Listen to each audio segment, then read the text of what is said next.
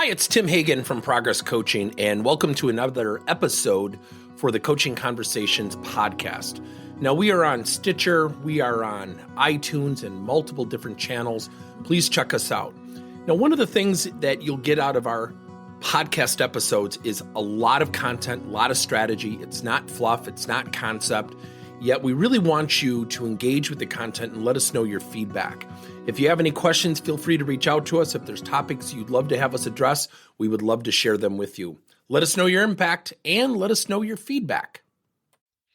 For years, we've talked in the workplace about leaders coaching, and one of the most fundamental questions we get is, how do you get leaders to coach? You know, they say they don't have time. The real reason people don't coach is they don't know what to say or do. So when you think about a speech or learning a foreign language, what do you have to do? You have to learn it, you have to practice it, you have to apply it. It's pretty simple. And recently, we started to create a tool that actually measures coaching conversation skills.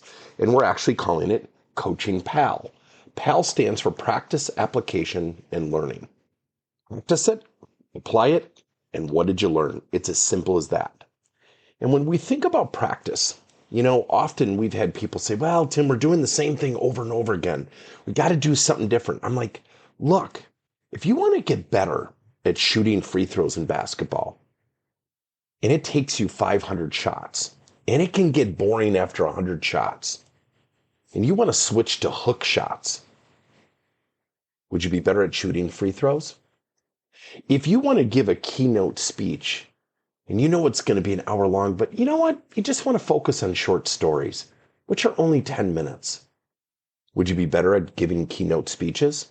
See, improvement requires a couple things: repetitive practice, application to the real world, and reflection to develop learning. That's why we call it PAL.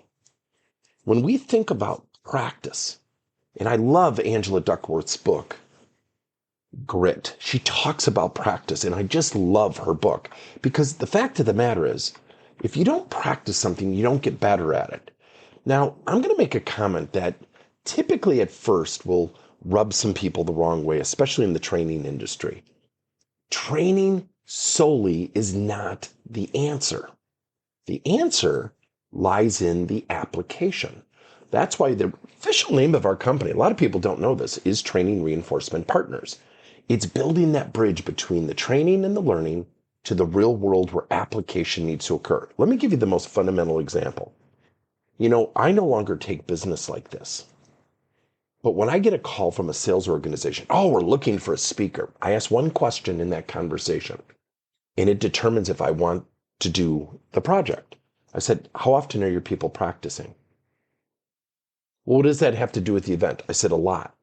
If your people aren't practicing and you want me to come in and do a speech or do a program and have people role play and practice, they are going to hate me and they're going to hate you for bringing me. I don't want to be a part of it. If you don't have that in your culture or are not willing to put it in your culture, I'm not interested.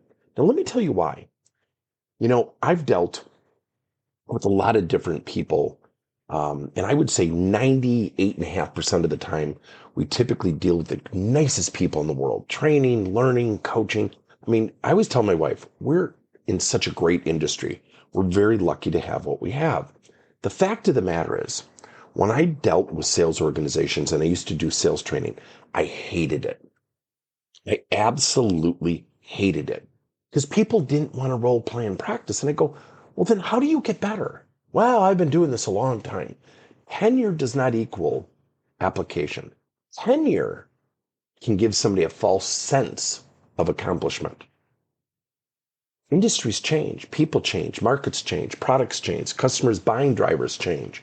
And if we don't change with that and practice to show up our best selves, we're never, ever going to create that success that we could.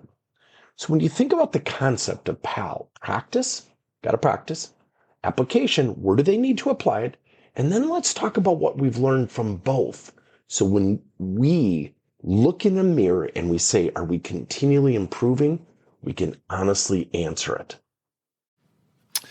Thank you for listening to another episode of Coaching Conversations by Tim Hagan and Progress Coaching. Now, our company is always coming out with new and innovative solutions to help leaders coach their employees. And recently, we just created a new service called Coach to You, where leaders can pick and choose topics and assign 7 to 21 day programs for employees to learn and, more importantly, apply actions and then reflect and share what they're going to do going forward as a result of the learning. It's called Coach to You. We're literally bringing coaching to your employees. If you're intrigued, we'll have a link in each one of our episodes where you can get more information. And again, thank you so much for listening to another episode.